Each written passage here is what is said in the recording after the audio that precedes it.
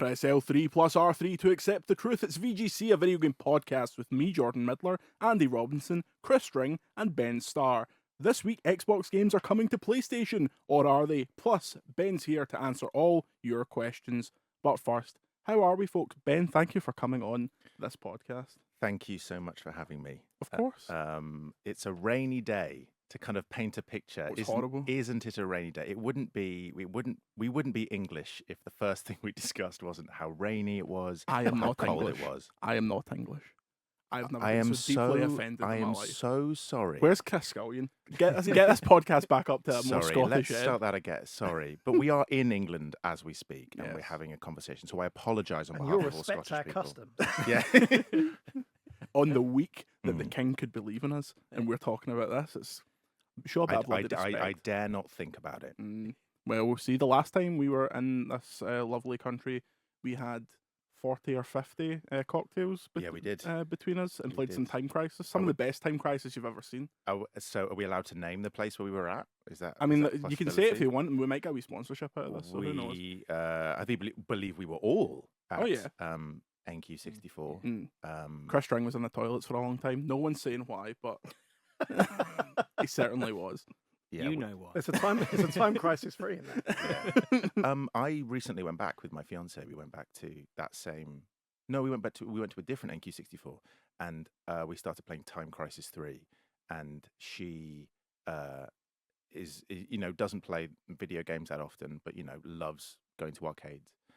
She was obsessed with Outrun, couldn't stop getting off Outrun, was absolutely just needed to finish it. But we decided we were going to play Time Crisis 3, and someone or the machine was broken, which basically meant that we didn't have to put any more tokens in. Nice. And we finished the entire game. We Wow. completed Time Crisis 3 because every time we died, it just let us reset again. Did they send you an invoice afterwards? Yeah, it was like £3,000. But yeah, I've never finished a Time Crisis before at an I arcade. don't think I have. No, certainly They not. get really compelling Yeah, towards it. It's they- quite good yeah. stories. Really interesting narrative. The president's daughter's been captured again. Well, we look forward to Ben's video essay on the narrative themes of Time Crisis 3 deep coming dive. any minute now. Yeah. Chris, how are you? We've dragged you into this hallowed studio to talk about a pretty chill week, but how are you apart from that? Yeah, it's been a really relaxed week. Not a lot going on. No. Not much to talk about. It's really been a quiet start to the year for video games. Yeah. I just feel like I don't know. Is Christmas even over? Are we back yet? No. Yeah. It's I'm all right. Yeah. It's been a lot to talk about, which I enjoy talking. It's really annoying that in this January, February period where we've already had like 5 or 6 bangers every week, we're just talking about some absolute nonsense. Bandy, come on, it's been good fun this week. Twitter's been very funny. Am I allowed to say that? You Is are, it- you am are. I, am I Come allowed on. to say a bit of Schadenfreude? No, I don't know. I've received less abuse than usual. It's like Oh, they're too busy. we're at that stage of grief, right? But isn't that followed by anger? Oh yeah. So I'm bracing myself. And they're grieving, they are angry over story number 1. It could only really be this. Microsoft will update fans on its quote vision of the future of Xbox next week, following reports that the company has decided to release more of its games on rival platforms. You could not have missed this, but over the weekend it was claimed that Bethesda's Starfield and the upcoming Indiana Jones game would be released for PS5, in addition to the previously rumoured Hi-Fi Rush and Sea of Thieves. Later on in the week, it was claimed by friend of the show, Jeff Grubb, that they could be bringing the Gears of War franchise to PlayStation 2. Look, PlayStation also, not PlayStation 2. Chris Dring, we go to you. Cats and dogs mating. The sky is falling. Halo is on the PS Vita. How do we feel about it? Wow. Halo on PlayStation. That was like the Sonic moment. Remember when that first appeared on Nintendo? It's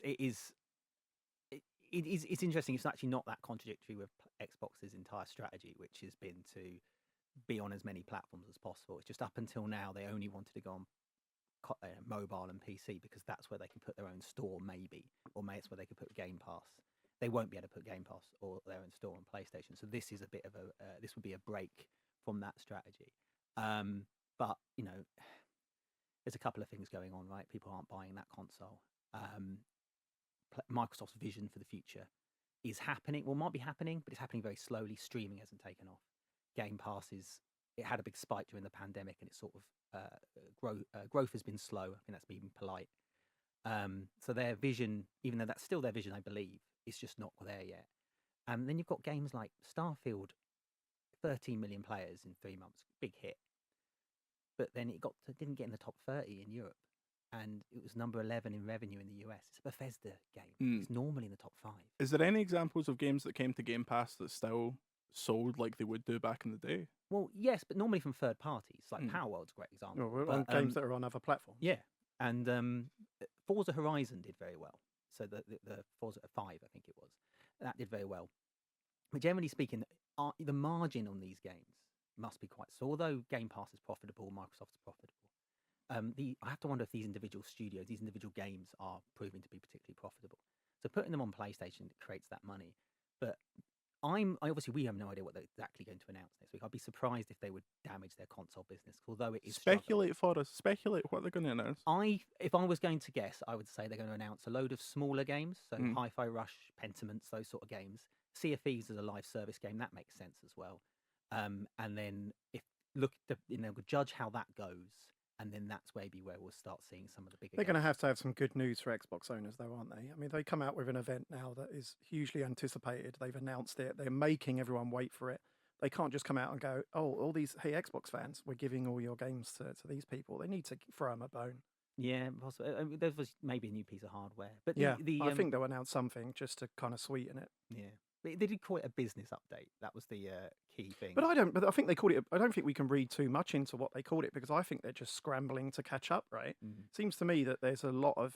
I mean, because you've heard and I've heard, and it seems that everyone's heard that all of these first-party games are looking into coming to PS5. Might be coming to PS5. They've got dev kits. Blah blah. I mean, Sea of Thieves we were hearing that like last year, right? This has been going on for a while, so. I think if they had something set in stone, they'd be announcing that yesterday, the day before yesterday. Do you think this vision of the future? I mean, when I saw that Phil Spencer had tweeted this, for me, it felt very reactionary, and not that they didn't have a plan for the future there. The way I saw it was news got out, it spiraled out of control, and Phil may have been forced to say we're going to bring this announcement further forward, because it doesn't seem particularly sensible that you would have a developer direct which talks about a vision of an Xbox future and then 3 or 4 weeks have a planned, and by the way, we're also doing this. Maybe you would because it's the end of the financial year, but do you think that this is a response to the furore online, and then them saying we'll explain afterwards? Oh, absolutely. Yeah. I mean, and I think that's a lot of people's beef with Xbox over the last 10 years, is that they've always been reactionary, right? Everything feels like a reaction. They're never kind of leading from the front. Which is odd, because strategically, I would argue, as a business, they are trying to change the game industry, absolutely. right? And that's the funny thing about this, is that there's nothing really that should be surprising, right? This is all within keeping of kind of what they've been saying and what they've been kind of building towards for a decade now. Do you know what the biggest third-party game on Nintendo Switch is? Minecraft. Right, the biggest third-party game, the biggest game on PlayStation is Call of Duty, Microsoft owned. And in fact, even if you go back to Microsoft always published games on PC, when PlayStation, Nintendo would never do that. You remember we're Rare fans, in the first 6 years of Rare being a Microsoft studio, they released more games on Game Boy Advance and DS than they had on the Xbox they owned, because Microsoft were like, yeah, it's fine. And they've always had that slightly more easygoing attitude to sort of, as long as it didn't compete with what they were doing.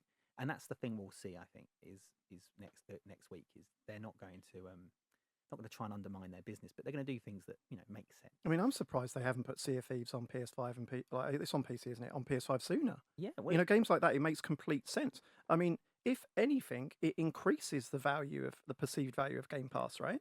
Like, that's what's going to happen with Call of Duty, and that's what I've been saying for ages. I mean, I play Call of Duty a lot with friends who own PS5s, and when you tell them, oh, by the way, soon you'll just get that as part of a subscription on Xbox, they're like, what? Really?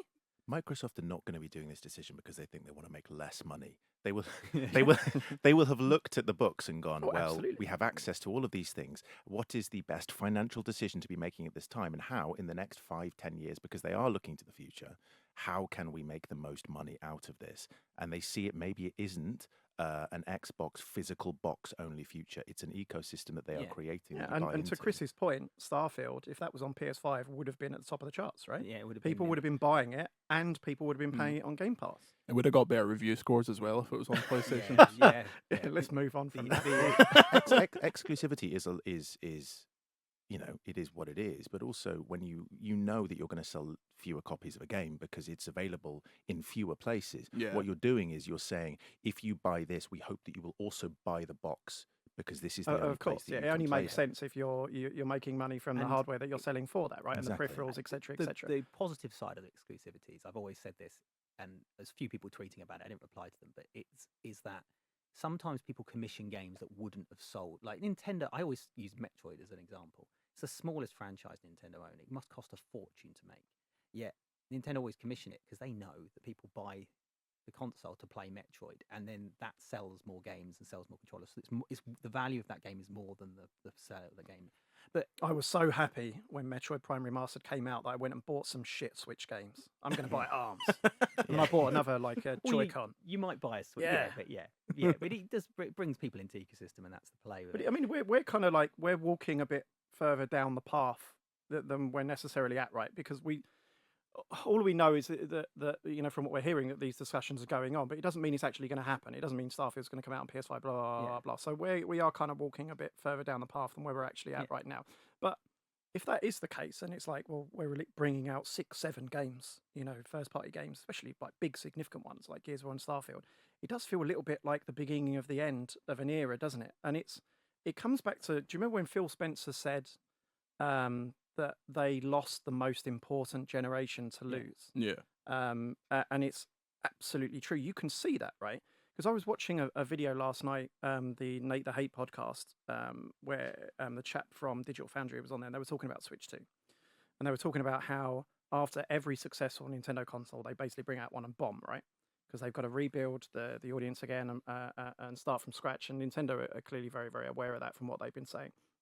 And it made me think about that even more because, so Phil Spencer said, because it was the most important, the worst generation to lose, PS4 and Xbox One, because everyone built their digital libraries. And I remember that feeling significant as well. When you bought PS5 and you bought Series X, you turn them on, all your games were there. It didn't feel like other generations at all. It didn't feel like a new clean slate, like a new platform. It just felt like the same one. Yeah. And that comes to Switch as well, right? Where it's kind of like the discussion they were having on the other podcast was like, well, do they have to reinvent the wheel, Nintendo, in order to give people another reason to get? Because Switch is the first Nintendo platform where everyone's got their digital library there.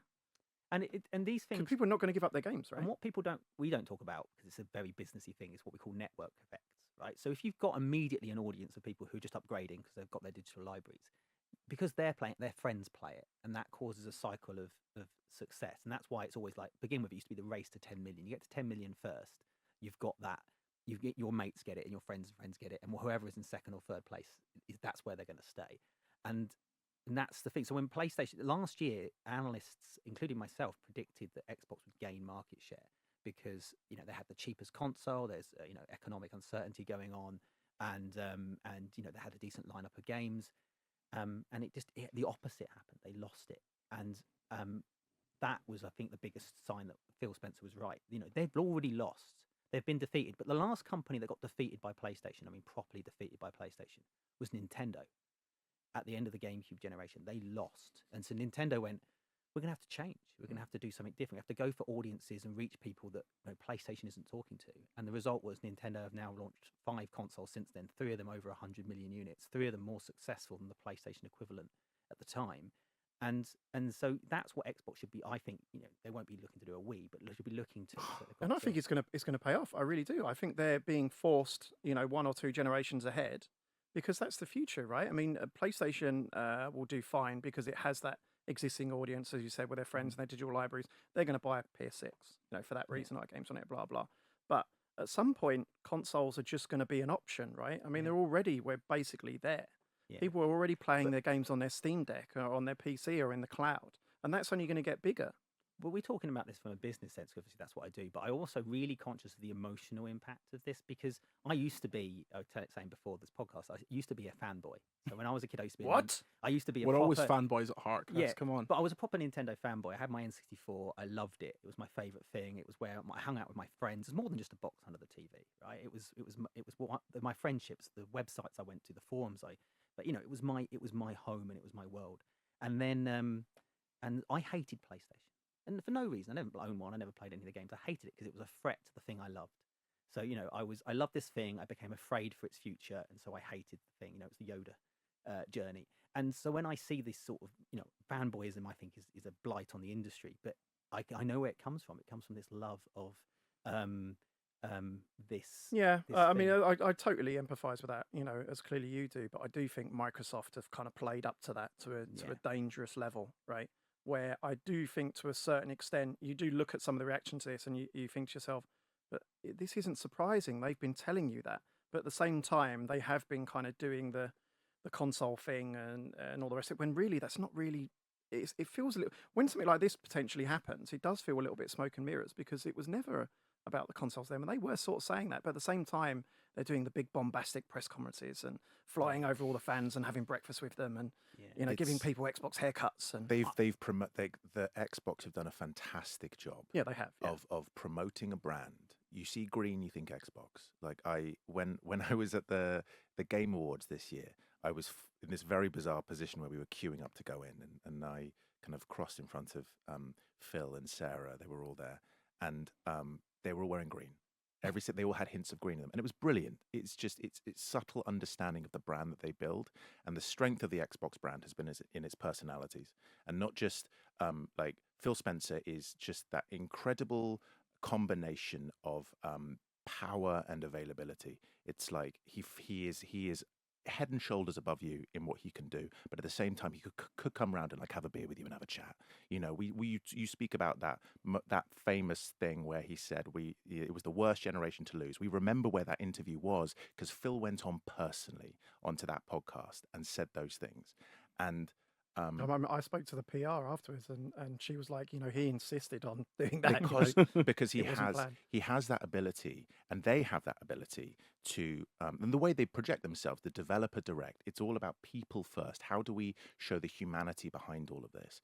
And they've also then promoted these other people up, these influencers who believe in the brand. They believe in their football team. Essentially, it's like if you love a football team, you're going to go to bat for them, and you've asked to build a brand around that. And then now, what these rumors are is that we're going to past 2 years has been the only place to play these is on Xbox. The only place to play them is on Xbox, and now there's rumors that maybe that isn't the only place to play them.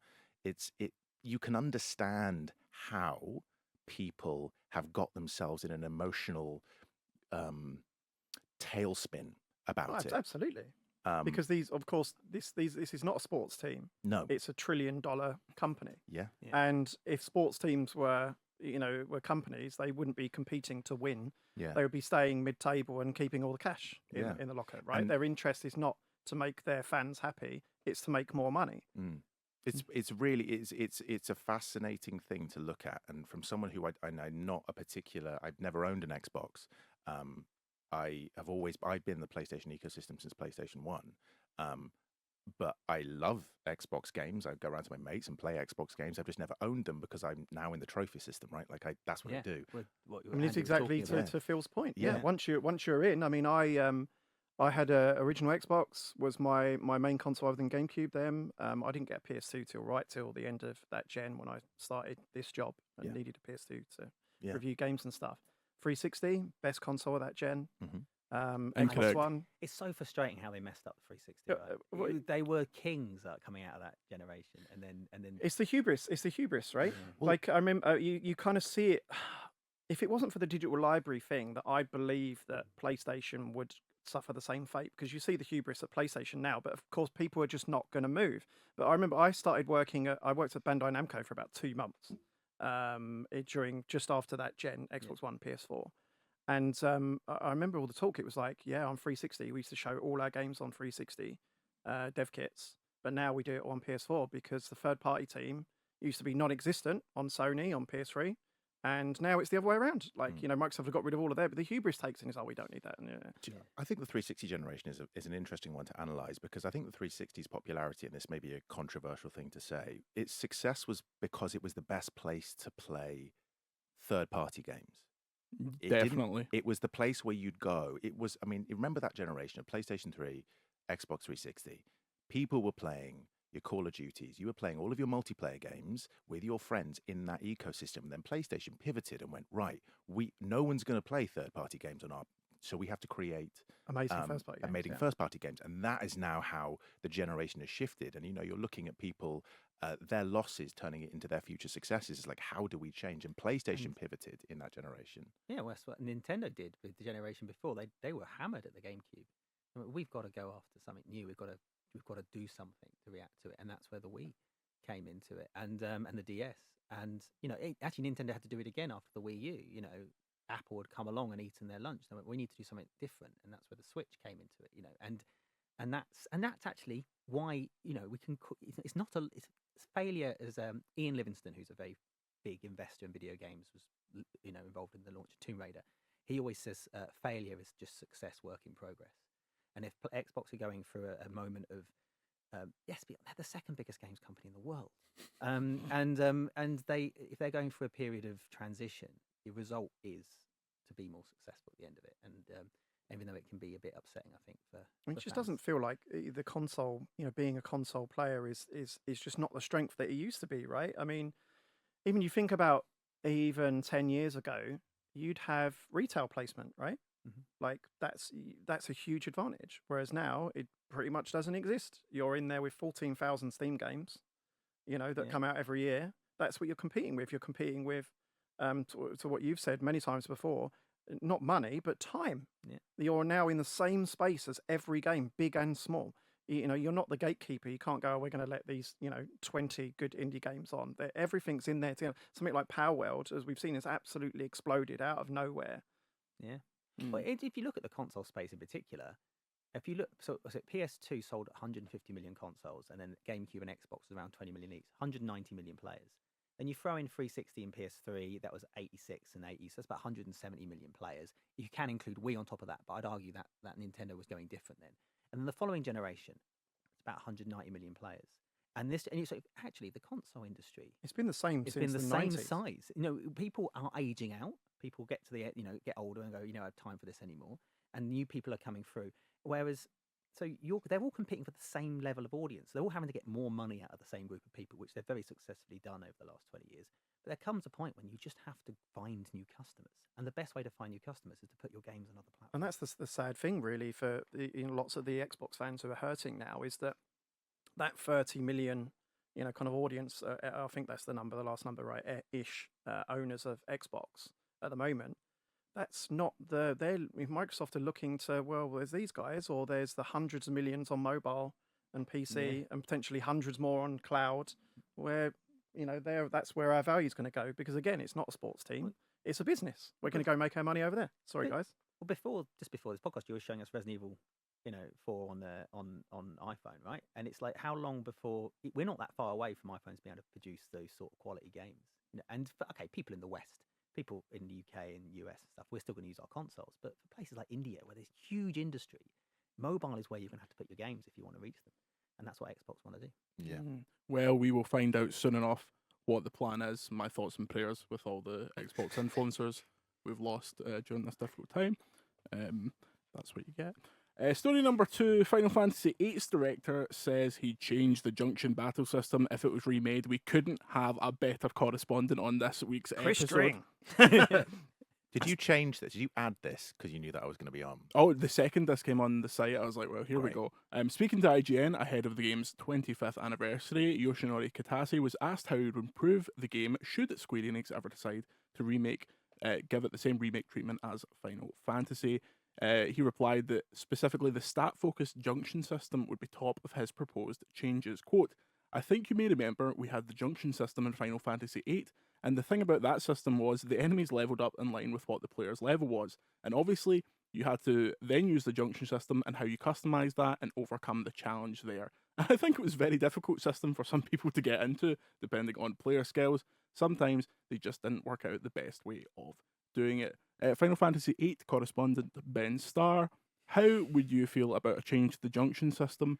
And furthermore, do you think we're going to get Final Fantasy VIII in the Final Fantasy VII treatment? I think we are not going to get Final Fantasy VIII in the Final Fantasy VII treatment. That's because official. If you think about how long it's taken them to remake Final Fantasy VII, Yep. Final Fantasy VIII is a bigger game than Final Fantasy VII. It would take 40 years. Yes. So the answer to that is no. But it is nice. And by the way, this isn't any confirmation I don't work for Square Enix in that capacity. I know nothing. But I would say no. He's winking. He's winking at the I'm camera. He's winking in the winking. podcast room. Exactly Did you what say I'm doing. winking? Winking. Yeah, okay. No, I'm also the other thing as well. I don't think we will, and I get it a lot because I have been very vocal in my love for Final Fantasy VIII. We even spoke beforehand about how we're talking about games that we just hold in huge high regard because they are so influential on our lives. And 8 is that game for me. It's the game that got me into video games in a way that I hadn't been before. It made me see the possibilities of what video games could be, and I'm forever thankful for that game for kind of changing my life and introducing me to the franchise.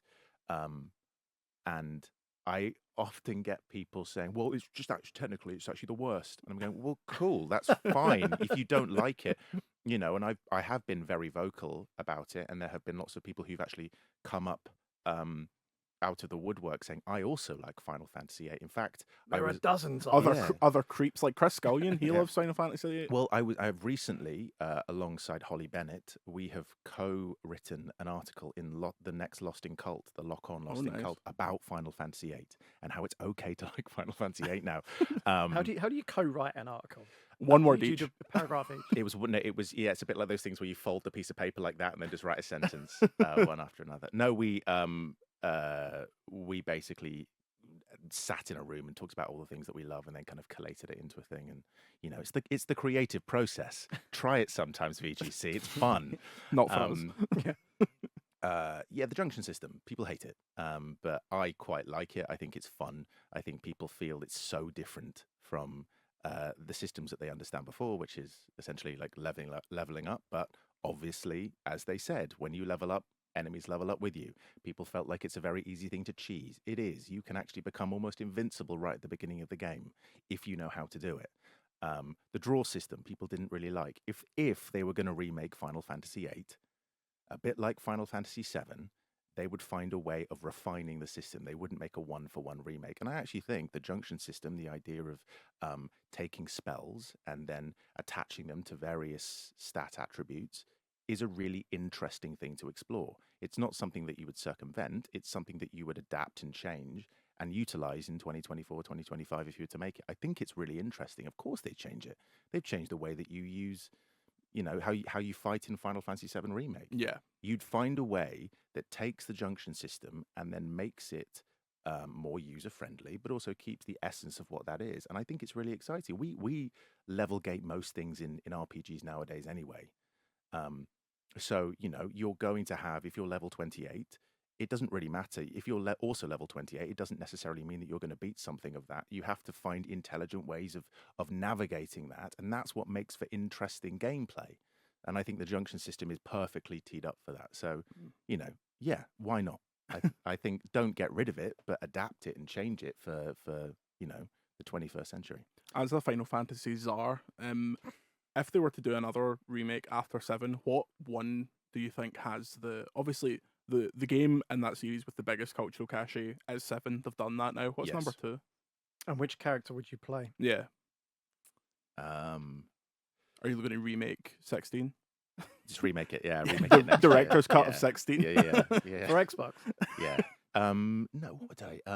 I'd love to see Final Fantasy IV remade. 4, okay. I'd love to see one of those games. I mean, they've already remade it. Someone will say, "You've already remade it." It's like they have. They remade it for the DS. But I would love to see the same remake treatment given to some of the classics, which would be really interesting. And a smaller title that isn't going to necessarily take a huge amount of time. People want 6. I was at a recent masterclass with Yoshinori Kitase, and someone said, when are they going to remake 6? And he was basically like, we're not, because it's Is just that the too one where he big. said it would take 10 years to do it? Yeah, because these games, they were able to create the scope of these games because they were. We talked about, the way in which you had the beautiful kind of like painted backgrounds, and you could create scope that you could imagine. It was like reading a book almost. The blueprint sort of Yeah. there, right? Yeah, and now I think just how difficult it is to recreate those scales is best exemplified in what will become the Final Fantasy VII Remake trilogy. If people want AAA, expansive, open world, exciting, dynamic gameplay from these old games that were working within their own constraints, the constraints of what video games are now is massively different. I do wonder if they might actually go and remake some of like 8 and 9 and 10. Because, I mean, you look at the kind of, I mean, you'll be able to talk more to this, Chris, from a business perspective, but they're in that cadence now, aren't they? Like they have a new Final Fantasy, then they have a Final Fantasy VII Remake Part 1, they have another new Final Fantasy. It's the Capcom kind of rhythm that they're in, right? They have a new Resident Evil, then they have a remake, and they have a new. And to your point, it's easier to make those in theory because you have the blueprint already, you have the characters, you have the world, and now you've got the engine. but obviously they're much bigger scope, those games, than a Resident Evil style linear action game. But what do you think they'll do that, Chris? I think they probably will, but they're going to get diminishing returns, right? It's like Resident Evil when they did 2, and then 4. You've done it now, right? Because as much as the other games are great, you're never gonna hit those sort of sales numbers. But even if you don't, it's just like it's something for them to keep busy with, right? Yeah, but guys, go and do that. It's what you said with Final Fantasy. You can sit there in Resident Evil 2, Resident Evil 3, and Resident Evil Code Veronica, and you could probably knock that out in 18 months with a relatively small team and make some decent money on it. I don't know how if you can do that with Final Fantasy. I think that's a lot harder. They do have. Obviously, we've got. I mean, it was announced a couple of years ago. Is the Dragon Quest III HD 2D remake that they're doing, and obviously with Octopath Traveler 2, which I do think is one of the greatest games of last year. Go and play it if you haven't.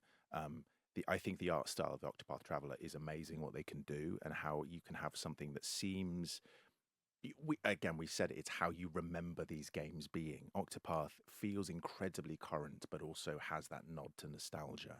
And I think if you're going to remake a lot of these games, and they did it when I think it was the 6-pixel remaster, where they remade the opera scene in that kind of HD 2D style, at least alluded to it a little bit.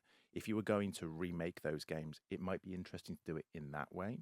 Yeah, and that depends on who you're going for, right? So if your plan is, we're going to remake this game because we want to get the people who bought it last time around to buy it again, you don't actually have to do too much because people want, I think, you want that thing where you want the game, it needs to be remade, but as long as it feels like they remember it, then that's fine. So you just sort of you have to be relatively... It's like Metroid Prime Remastered, right? Yeah. It's pretty much sold what the original did. Yeah, and it is, Metroid Remastered is a lot better than it, but it feels like, actually, this is what I remember, even though it's obviously a lot better.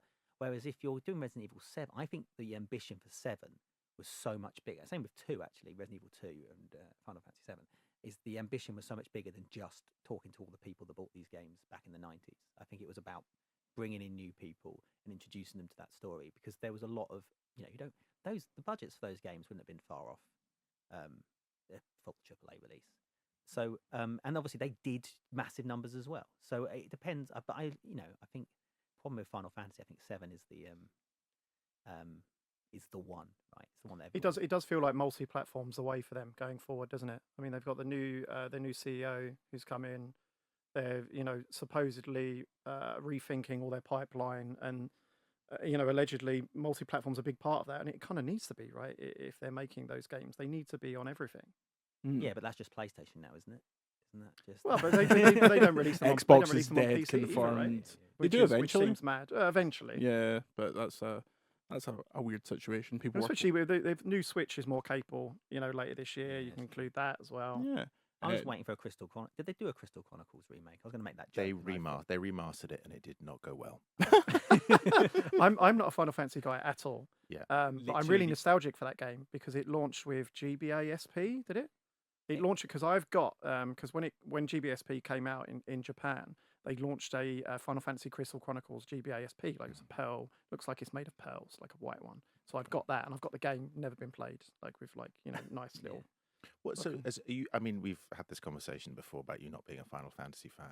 what is it to you that is not attractive to it? Is it just The something? voice actors mostly. I think I've missed the boat now. Yeah. Because you mentioned earlier you're playing the new Like a Dragon, which I really want to play. Yeah. I haven't even finished Prince of Persia yet. It just the more I go, it keeps going. The game won't Prince end. of Persia is Prince of it's Persia, The Lost amazing. Crown is like Elden Ring, where it just keeps getting keeps bigger going. and bigger and bigger, and you're like, what? just want You it to open the end map and now. there's like a whole Yeah. extra like pirate ship section, and There- you're like, what's going on There's here? that Like, bit where you just see the extra bits that are really far away on the map, and you're thinking, how the am I going to get there? I've just fallen on the opposite train tracks, right? It just in my age, my timeline. I wasn't a big PS1 guy, so I miss all those games. The only games I really played on PS1 is like Resident Evil, Silent Hill games, and probably a couple of others. So then you get to GameCube, original Xbox. You're not playing Final Fantasy on those. No. Then you're on 360. You're not playing Final Fantasy on those. And now excuse I'm me, Final Fantasy 13 on Xbox 360. yeah, like Come on now. tons later. Yeah, like and again, like they're not. The onboarding's not great by Yeah. that point. Come and play Final Fantasy 13 too. Like Yeah. what? The So how many messaging games- is so difficult with these games because I think, when we were talking, when we were doing the press for Final Fantasy 16, I was amazed at how many times I would be asked, do I have to have played the other ones? Now, for me, as a fan of Final You know Fantasy, that they're I all go, original well, stories, what yeah. a stupid question. Why are you asking me that? And then I take for granted, actually, that I'm so in the weeds. Of course I know that. And why would a person who's taken no interest in this franchise, unlike me, who's like has a forensic interest in this franchise, and you're talking about onboarding, and when you have a series that is increasingly going, 13, 14, 15, and then doing offshoots of that, it's very difficult to message that this is essentially an anthology series. And I think them cashing in on the power and the nostalgia, it is a nostalgia cash in of 7. They just happen to be excellent video games, but they are banking on the people who have played these games, loved these games.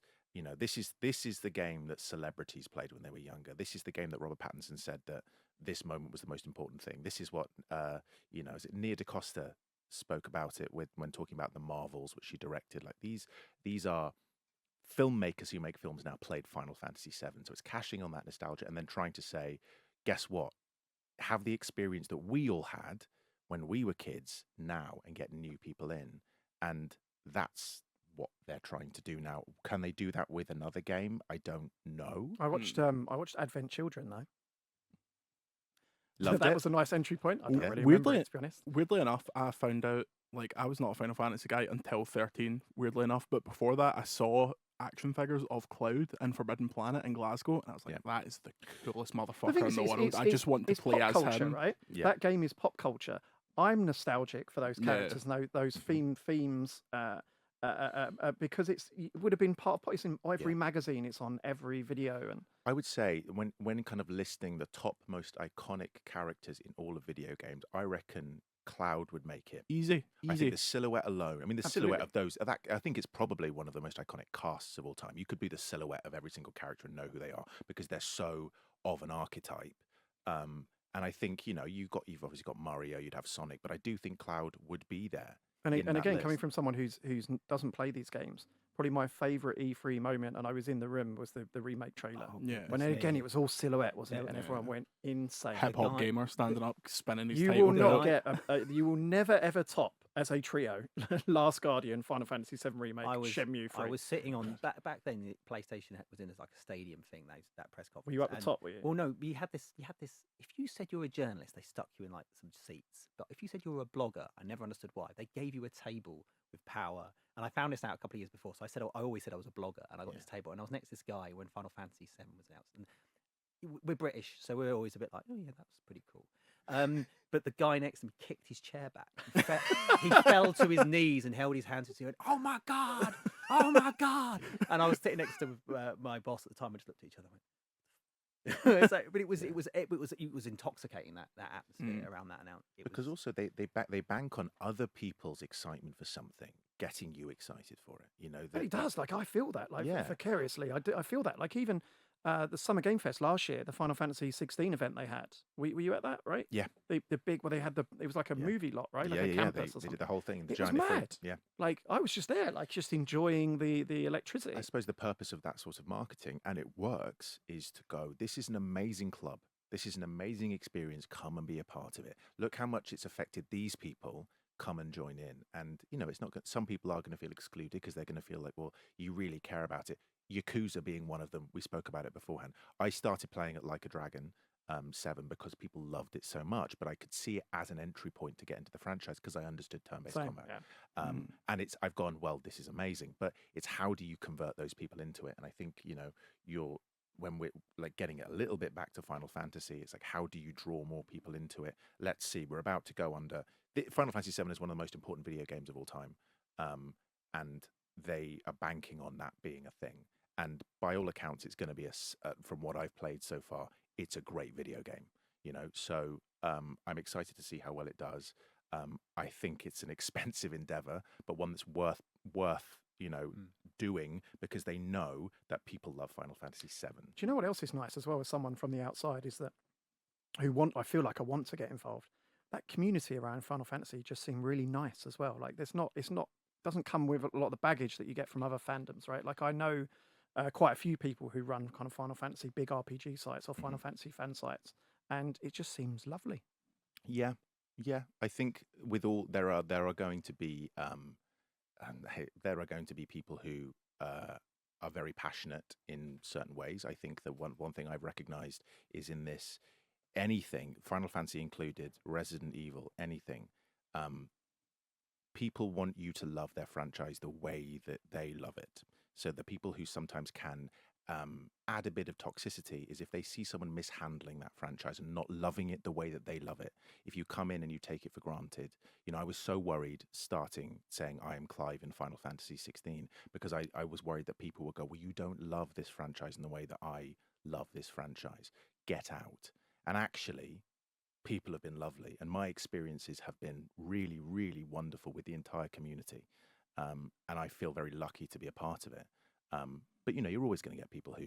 Yeah, of course. I just feel like, say for example, there are a lot of other franchises that if you overhauled them in the way that in Final Fantasy 16, where it's kind of a very action orientated, I understand, that would cause uproar in a lot of other franchises. Yeah. Where what I've seen, the reception to the game is that some people are, it's not for me, I prefer, kind of more traditional, but they're not like throwing rocks at anyone. They're not burning the it place does down. help if you've got a Final Fantasy 7 just on your doorstep around the Of corner. course, yeah, you're right. Yeah, Yeah. they're servicing both. And it's the same with Capcom, I guess. Yeah. We have a preview of Final Fantasy VII Rebirth on the website. Go and check that out. After the break, we have a lot of questions for Ben. We've got him in the hot seat, so see you in a minute.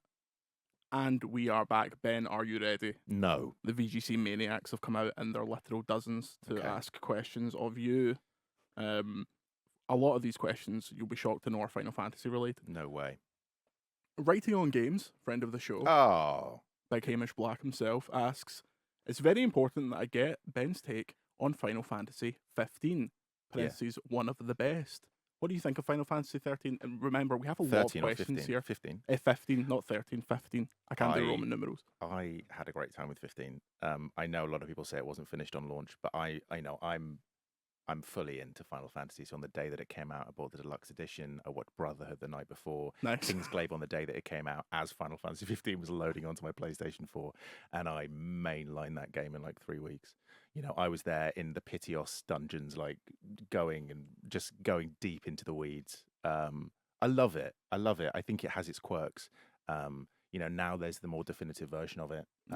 It's more playable. There's more, you can switch between characters, which people seem to enjoy. Yeah, I love 15. And also I think a lot of people it got a lot of people into the franchise who hadn't played it before. And so I can kind of be thankful for that because I know a lot of people who will come up to me being like, I didn't play Final Fantasy before 15. And that's kind of nice, that someone has played your game because of another game. So I'm kind of thankful for that. Top 5, middle 5, or bottom 5? Oh, that's a very good question. I would say middle 5. Fair. Another very Final Fantasy related question for all of us. You go first, Ben, from Andrew Marmo. Tango or Fanta? Oh, what a good question. That's tough. What am I having it with? I'm going to say Tango. Is that Orange Tango, yeah? Yeah, that's the thing, actually, because if you can get an Apple Tango, if that's still Apple kicking Tango up, would be the one, that's the stuff. Yeah. Apple Tango at the cinema. Chris, what are you talking? Fanta or Tango? Oh, I'm not. It's not neither's my favorite. European Fanta or British Fanta? Oh, American Fanta, the neon American shit. Fanta. The stuff that's I like think bright that's probably orange. a bit like the European ones, bright orange as well. Yeah. I think I go Fanta. I'm not, but it's not neither of mine. Neither would be my Yeah, choice. I'm going to go American Fanta. Fair. Am I the only one who said Tango?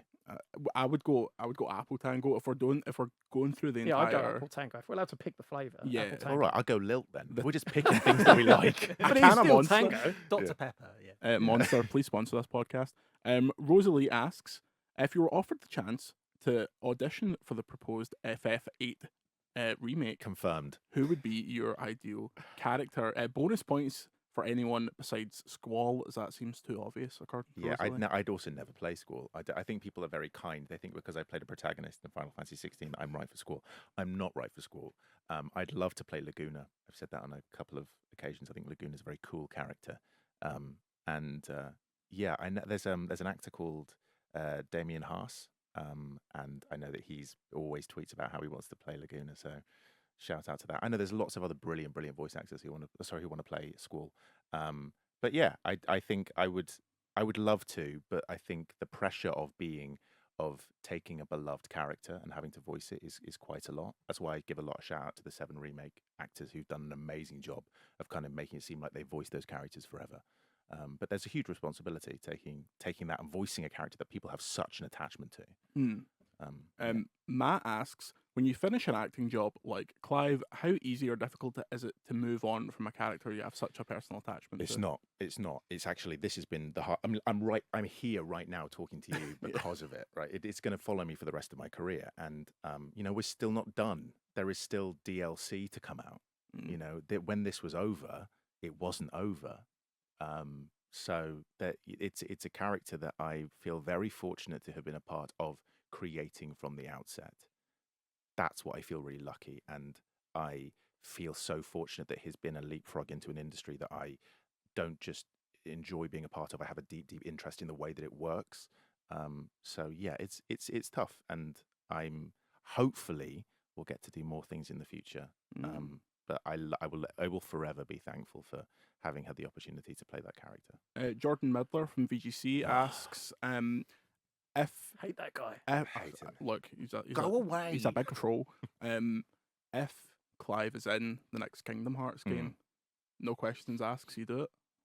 Would I do it? Yeah, no questions asked. I mean, that is the most leading question you could possibly. Why would you turn down Clive in Kingdom Hearts? I would say this: if anyone asked me to do Clive again, I would jump at the chance. You know, that would be my answer. Of course, I would.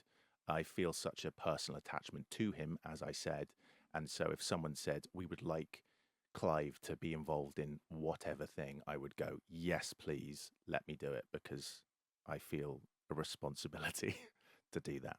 Good. And that was the sound of a million news articles coming out of this Fantastic, podcast. yeah. Ben Starr I have confirms not. Kingdom I Hearts. have not been even remotely approached about Kingdom Hearts at all.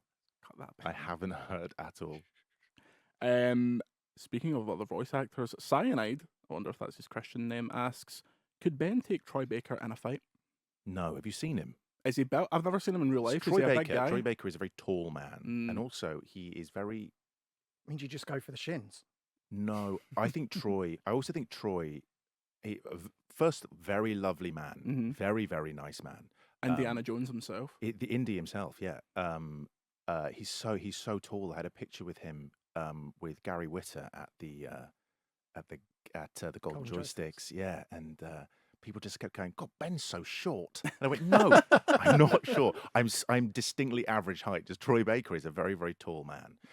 I think because he is an actor who has a great. Everyone has a great relationship with the body of work that Troy Baker has done. So there's always going to be an aura around him. But when I was around him, I was like, "You are quite impressive. You are quite an impressive person." So yeah, I'd let him stab me any day of the week. His character in Death Stranding 2 looks absolutely mental. I would let him electrocute me with his guitar. Naturally. Have you been offered to go and get your body scanned by Hideo? No, I have not. No, I bet you could be up for that. no, I don't wear enough belts for that. He would add you to his collection of actors he has. It's a lot of actors and it's churches. Chris Dring, could you beat Troy Baker in a fight? Because I'd put my money on you. Oh, Yeah. Wouldn't even. It's always the quiet ones. Yeah, suffocate him while he sleeps. I don't know. I don't think Troy Baker could do a Mario like you can. Just No. No. I don't think anyone can. It was a weird. That was a weird moment in time because people still believe that I might be. I actually bumped into Doug Bowser at the Game Awards, And he just threw a big fireball at Did you. you just say, "It's me"? It's a me. It's a Mia, a Mario. When we went out just before Christmas, and I told my wife that the guy Ben Starr was there. Yeah, don't know if you know who is. He's in the Mario guy. I'm the Mario guy. Yeah, Is he the spotlight guy? I've been referred to as. I mean, because I'm just kind of this walking meme machine. Yeah. You won't really know me from Final Fantasy. You'll know me from the nonsense that I did online. I'm going to PAX in Seattle. I was just mad because I was given so much Mario stuff because it was Nintendo. It was Nintendo. It was Nintendo Live there, and we were actually allowed into. We got to sneak into the back of Nintendo Live and go and experience it because of the video that we did.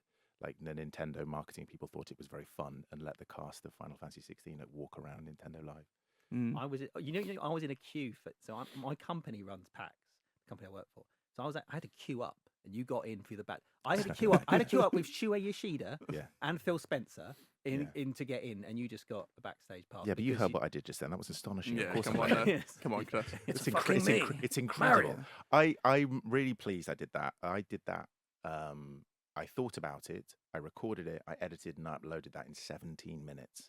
It's like the craziest, most inspired 17 minutes of my life. So how often did your missus walk in with you having that camera in the exact same spot every time and be like, she Jesus does. Christ, She we're doing does this find again? it amusing. She didn't see the one I did the other day where I dressed up as Tifa, and she actually had to have a friend go, "So, what do you think of Ben dressed up as Tifa?" And she went, "What? What's he done now?"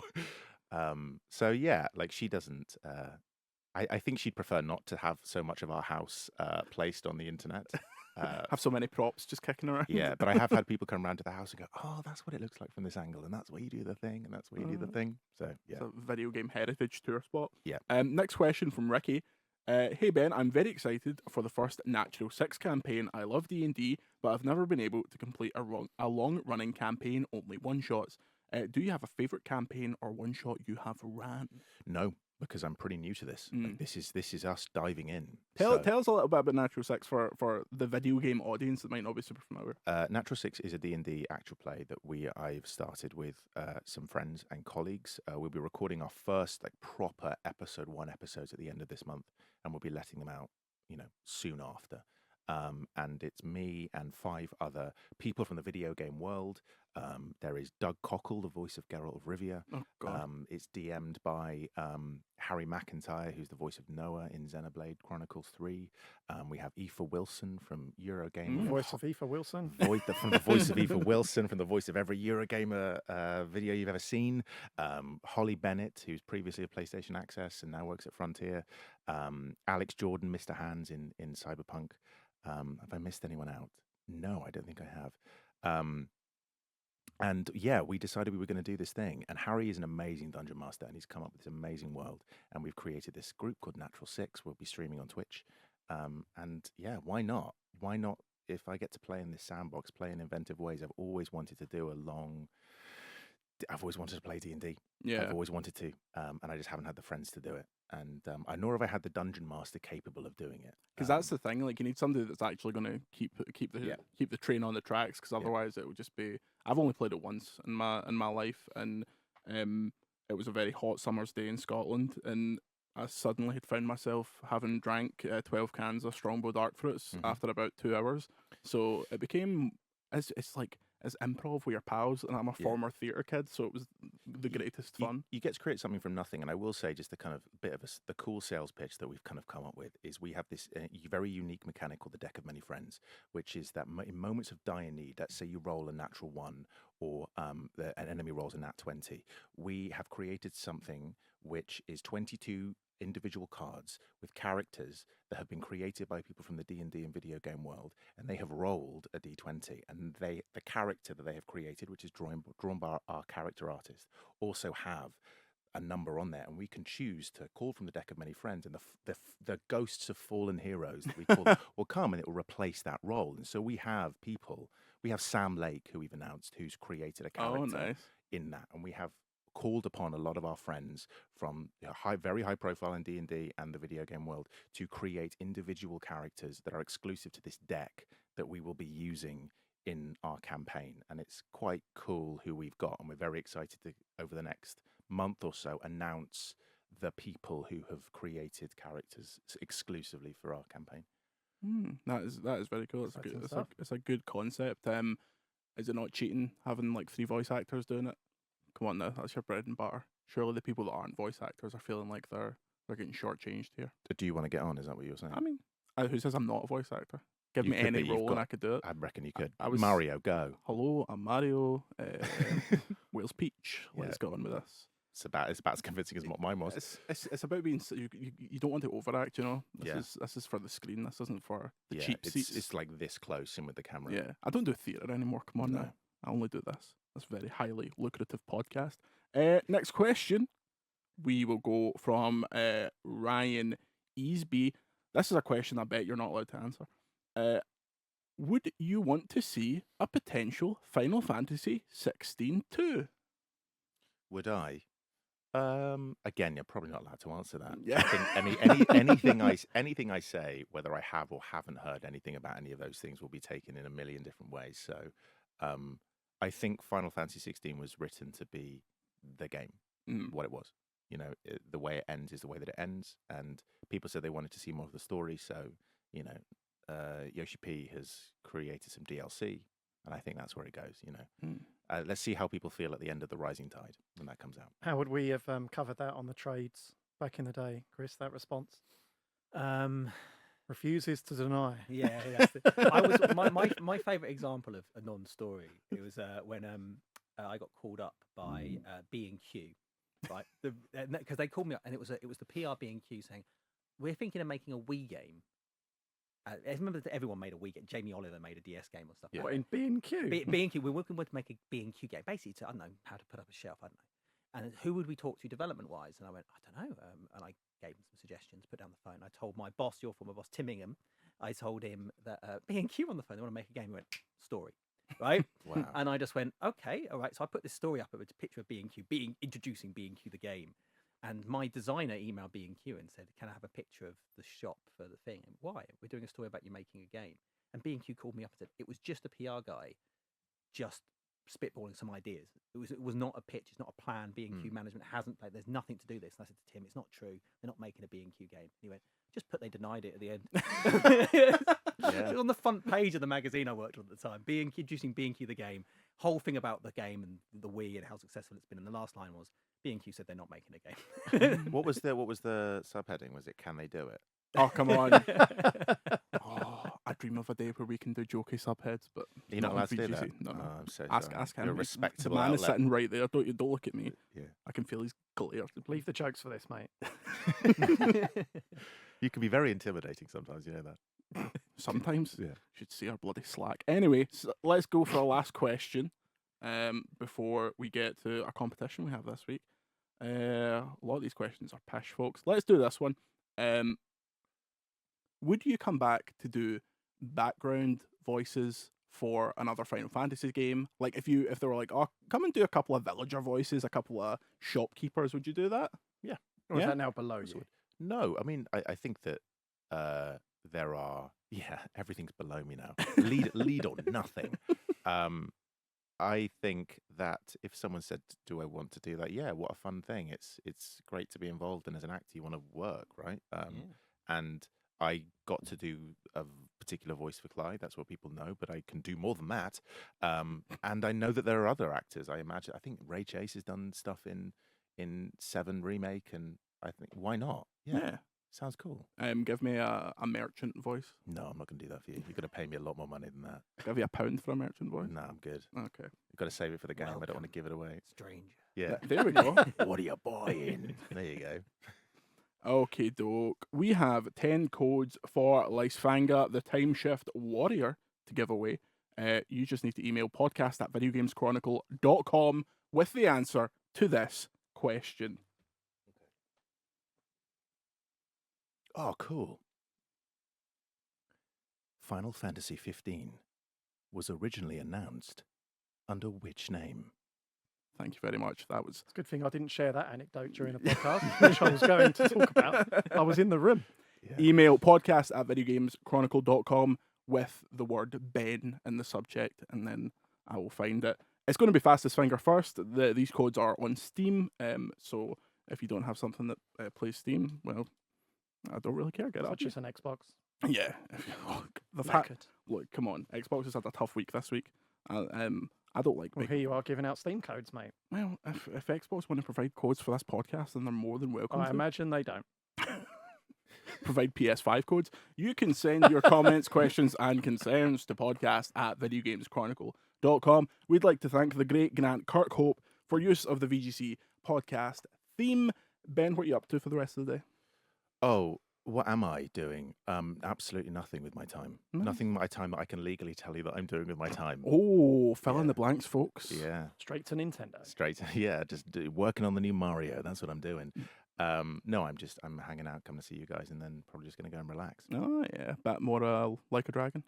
That's what it's going to be. I'm going to be taking pictures of sickos on the tram. That's what I'll be doing. Well, that's also my plan, but actually just on the London Underground. Say goodbye, Andy. Goodbye. Say goodbye, Chris. See you later. Say goodbye, Ben. Goodbye. And we'll see you next week.